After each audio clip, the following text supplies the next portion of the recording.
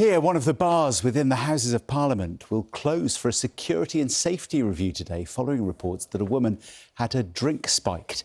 The alleged incident is said to have occurred earlier this month at the Strangers Bar, which is open to MPs and their guests, as well as to parliamentary staff. There's been a worrying decline in the number of public toilets across the capital, according to a report by Age UK. The charity says there are now fewer than 22 public loos per London borough. The Mayor of London said City Hall is working with Transport for London and others to ensure the accessibility and availability of public lavatories. It's very easy for people who are healthy to think like, oh, you know, it's just a toilet. It's just a toilet. I can use a toilet at home or I can use a toilet in an office. But when you live with a bowel condition or a stoma bag, you could need a toilet at any point in time if you're just walking down the street.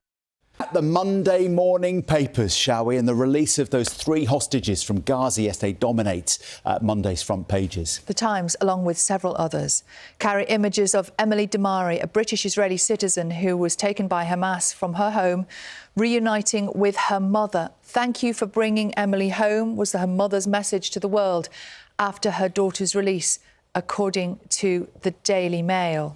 The Eye says that the hostage release comes as the world today prepares for President-elect Donald Trump to take office later today.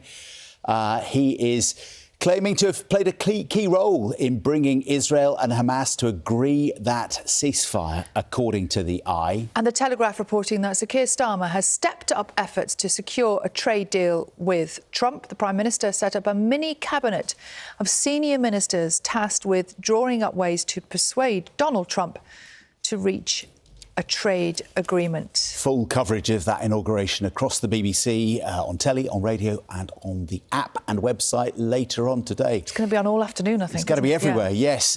In the meantime, how are you having your breakfast this morning? Some interesting statistics in a study here in The Sun saying that our breakfast habits are changing, Sally. Oh, go on. Is this about gravy? Well, it's saying that apparently more of us prefer now, if we're having a cooked breakfast, full English, to have gravy on it rather than brown sauce or ketchup. On your breakfast? Apparently. I thought it was a story about having really nice gravy, which obviously I'm a big fan of. Which you did yesterday. I made fantastic gravy with my roast lamb yesterday. Very proud of that. But I don't think I'd ever put it on a fry-up. This is talking about all sorts of changes, talking about hot honey. You know, people now putting it on their pizza. That's apparently people having it at their breakfast. And apparently the key statistic for me here, 6% of Brits eat their breakfast on the loo. Oh, no. Apparently.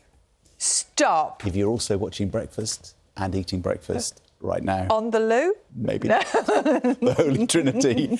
I was going to say get in touch, but don't. 25 past Put your 6. phone down is what I would say. Don't drop it. Right.